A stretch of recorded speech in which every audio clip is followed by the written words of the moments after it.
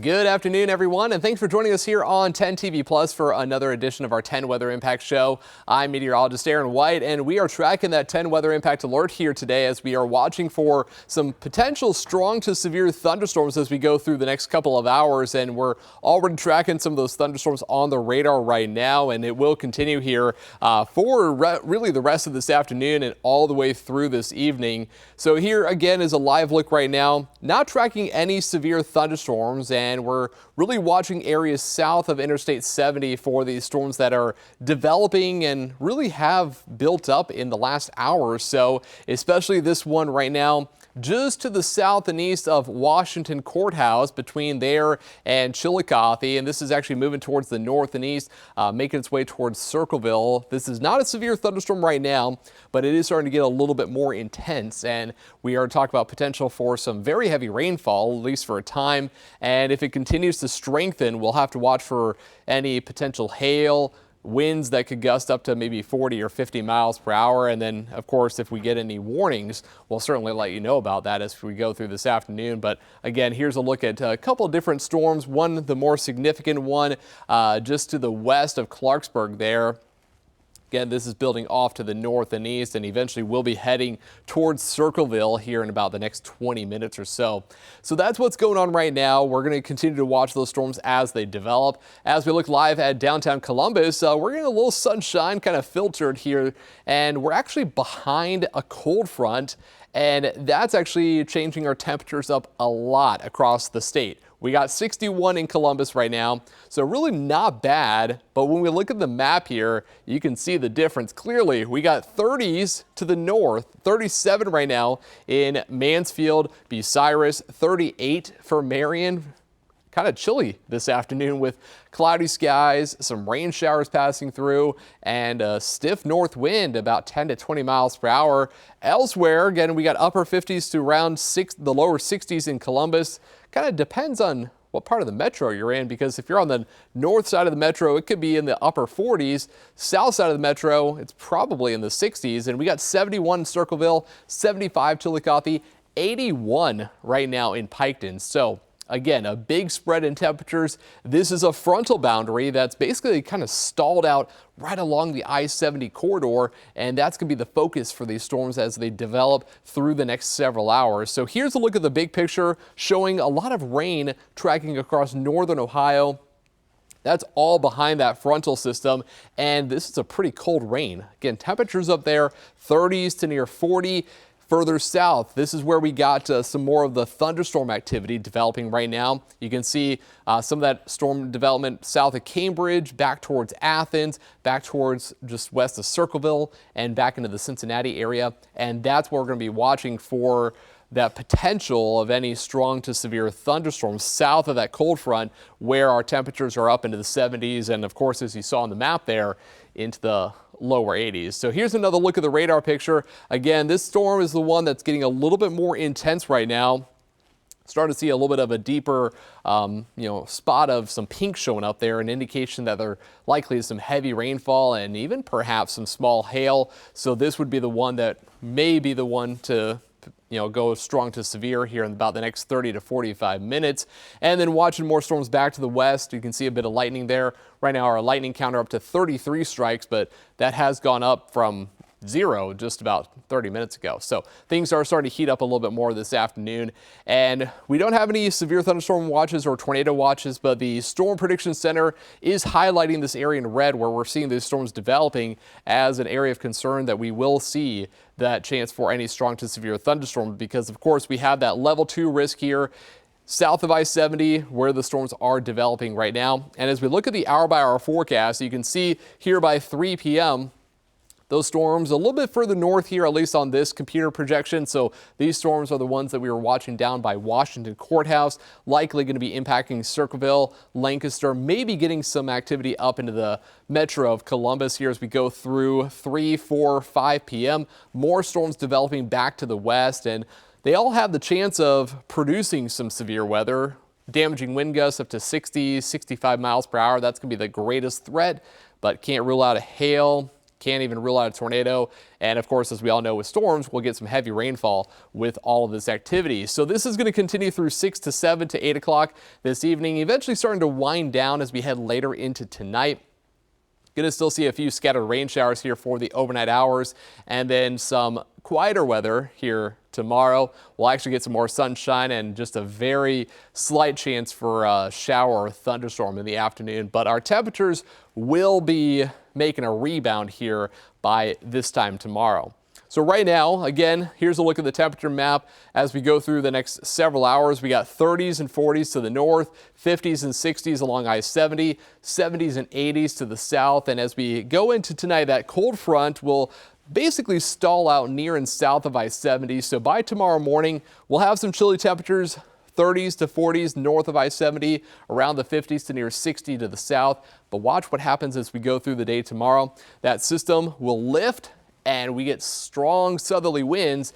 We get back up into the 70s and 80s here by the afternoon. So a nice warm up, and this will continue into Friday and Saturday. However, that's going to set the stage for potentially some more strong to severe thunderstorms looking ahead to the day on Saturday. Right now, we're not tracking any great risk of that, but it is our next best chance for any storm activity as we eventually will see another cold front arriving. This one actually will do a pretty good number on our temperatures heading into Easter Sunday. So for tomorrow, 80 for a high. We'll see 76 on Friday. Another chance for a couple showers or thunderstorms later in the day. And then a better chance here on Saturday. That cold front arrives. It clears out the rain here, but look at Easter Sunday. We're calling for 53 for a high temperature by the afternoon. Likely some drier conditions. I think there could be a couple of rain showers here the morning on Sunday. And then we'll see drier conditions, of course, as we head into next week. A bit quieter week ahead, Monday and Tuesday. Right now, looking at some sunshine and highs in the 50s. But of course, our focus is on the storms here as we continue through this afternoon, watching those storms on the radar right now. And not too far away, just yesterday, further north, we had some more storms, and parts of northern Ohio still cleaning up from severe storms last night. This is new video this afternoon showing the storm damage in northeastern Ohio following those severe thunderstorms. Knocked trees down into homes, tore pieces off from the roof of an apartment building, and even knocked down some power lines. Thousands of people in the Cleveland area were without power as of Wednesday morning. And with more on the damage up in the north, actually, this is Caitlin McCarthy. She's actually reporting from Amherst, Ohio. Neighbors here in Amherst cleaning up their yards after that strong storm swept through. Many dealing with massive trees down and power outages. I came home to this mess. So yeah, just driving home from work, pulled in the driveway, and I was like, oh no, and yeah, it came down. Amherst neighbor Doug Jenkins worried that a powerful storm would eventually take down this old tree in his yard. Coming home from work to see it completely uprooted was still pretty shocking. I work in Strongsville, and on the way home on the turnpike, it was pretty hairy on the turnpike in North Ridgeville. I almost had to pull over, and I thought, boy, the storms were coming through. And then it cleared up, and I thought I was good till it came through here first. Crews have been busy working to get it out of the way. I'm fortunate because if it went a little bit this way, the whole house would have been gone. So, thank God it went the way it went. A family down the street wasn't as fortunate. This massive tree came crashing down on their house during the storm. A neighbor tells us she could hear the big boom when it fell. She adds thankfully no one was inside when it happened. Unfortunately, a lot of cleanup still ahead for families in this neighborhood. In Amherst, Caitlin McCarthy, 19 News.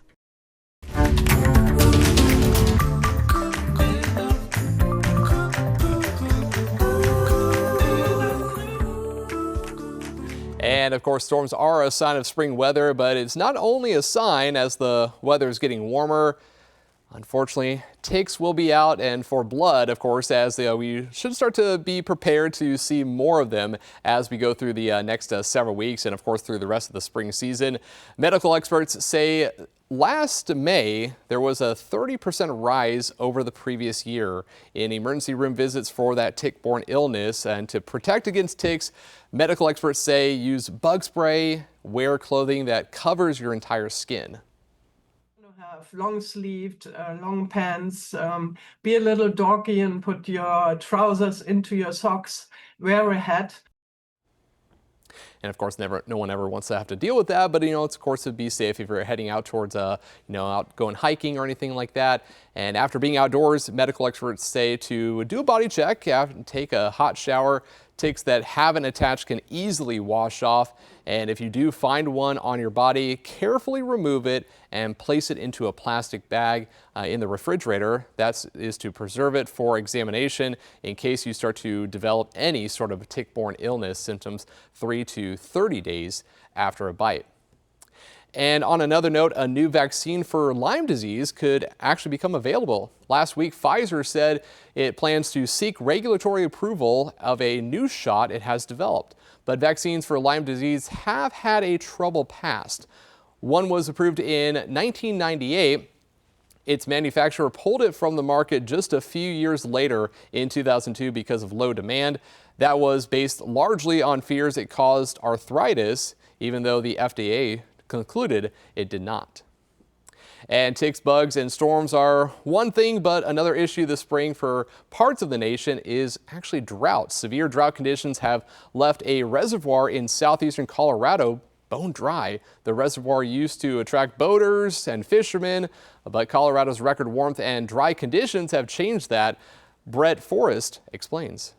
We would be in water right now where we're standing, but as it's been a dry winter and very little rain coming down here, the lake went ahead and finished up the drying process. This is Two Buttes Reservoir, or what should be Two Buttes Reservoir. I'm standing on the Two Buttes Reservoir bed, and in some years I could be under as much as 20 to 25 feet of water, but because of an extended drought and a record hot and dry winter, as you can see, this reservoir is completely dried out. This most recent drying probably started occurring in 2023, and this is just the culmination of several years of drought. We're in southeast Colorado between the towns of Lamar and Springfield. Named after the nearby geographic feature, it's typically a large 700-acre lake that provides ample recreation. Down here in southeast Colorado, there aren't very many places to go fishing and boating and recreating, so when this lake fills up, it's a big deal for the local communities. That's Jim Ramsey with Colorado Parks and Wildlife. He says this process is cyclic, seeing it dry out 3 times in his 20 years. Relying on a drainage that fills out the lake after big storms, a 2013 event brought 30 feet of water that lasted 8 years. Now, the most recent storms only kept the reservoir filled for the past 3 or 4 years, Ramsey says. Typically, we'll see this lake go dry. When it does happen, goes dry in the fall or winter months. And the spring months, we're looking for some rain to maybe fill it back up. So it's maybe a little bit weird to see it dry right now. The U.S. Drought Monitor shows this region in severe to moderate drought, exacerbated by Colorado's warmest winter and lowest snowpack on record. But CPW not letting the dry lake bed go to waste. Actually had an airplane seed this dry lake bed recently, so we're hoping that in absence of water, that those plants will grow and benefit wildlife. And because of how Two Buttes Reservoir fills, one good storm could bring it back. But for that, Ramsey says we're at the mercy of Mother Nature.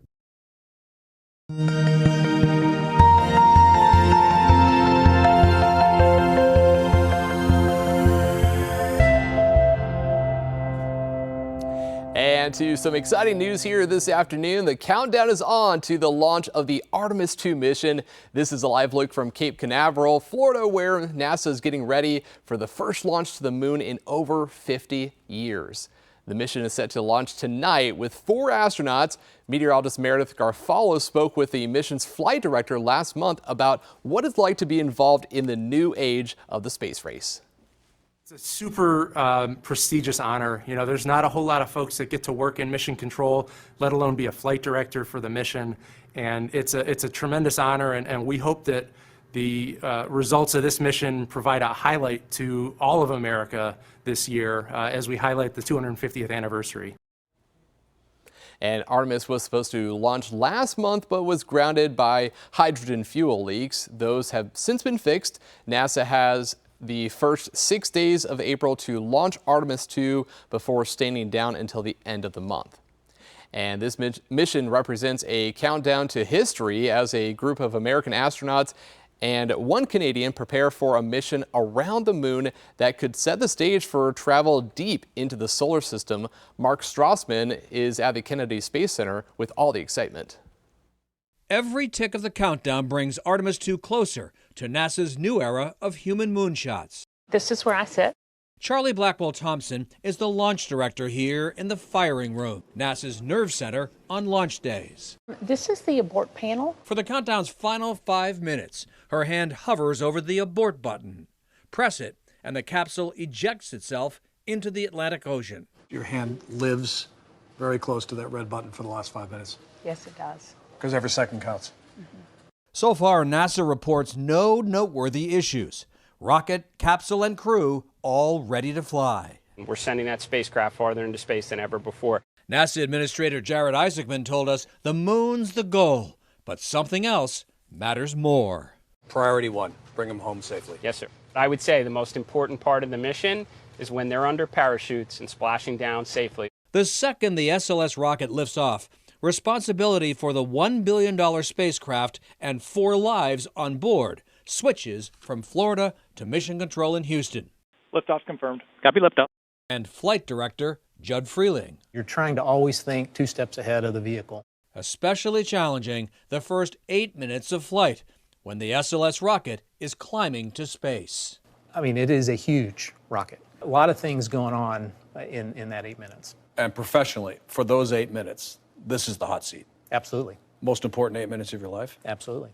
By one estimate, a crowd of 400,000 people will gather around Kennedy Space Center to watch the launch.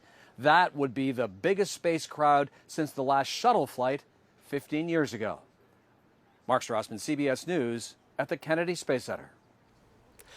Definitely a lot of excitement. And just a reminder, our own meteorologist Meredith Garfalo is going to stay on top of this launch later on today. She will have exclusive coverage leading up to the launch, streaming at 4:30 only on 10 TV Plus. You can download that onto your TV and watch for free. And of course, finally today, we're going to check out some new video into us here at 10 TV. First up, let's take a look at this. A massive lightning storm caught on camera by KCCI Tower in Des Moines, Iowa, just back on Monday. You can see just a lot of vivid lightning there, making for a pretty wild sight as they had some thunderstorms in the area. Of course, you know, severe weather season really ramping up, not just here in Ohio, but across parts of the Midwest and the Central Plains there in Iowa, as they've already seen some severe weather. And they actually have in northern Iowa potential for some wintry weather here as we go through the next couple of days. And lastly, a famous chocolate maker is going big for Easter, unveiling a 120-pound mega mini egg at Cadbury World in the UK. It stands 3 feet tall and is the largest of its kind. It's filled with creamy milk chocolate and has a crunchy outer shell, just like the mini version. And chocolatiers spent 2 days building this giant treat, of course, leading up to Easter here this weekend. Always cool to, see kind of just how creative they can get with, things like chocolate with, making something like that big. So, sure it's pretty tasty, and, we're going to be enjoying Easter here as we head into the weekend with some calmer weather getting closer to Sunday. But right now, not so calm out there as we are tracking some thunderstorms on the radar. If we can take a look at the radar here one more time, we got scattered thunderstorms developing near and south of Interstate 70. There is one severe thunderstorm that we are watching right now. This is actually just to the south and east of Cambridge and is actually moving away from central and eastern Ohio, actually going to be crossing the border into West Virginia and Pennsylvania here pretty shortly. But that storm capable of producing 60-mile-per-hour wind gusts and quarter-size hail. And as we again zoom back towards the west, we have some storm activity around McConnellsville, just south and west of Lancaster, that one storm near Circleville. And then a couple more storms that are actually starting to get a little bit more intense there south and west of Washington Courthouse. So we are going to continue to track the storms on the radar picture as we go through this afternoon. We're watching this here on 10 TV Plus and on 10 TV. Coming up later on this afternoon, Chief Meteorologist Chris Tomer will be in to track the storms, of course, and a look ahead to those warmer temperatures and eventually more storm chances in our forecast as we head towards Friday into the Easter weekend. So until then, you can always catch more news and weather online, as always, at 10tv.com.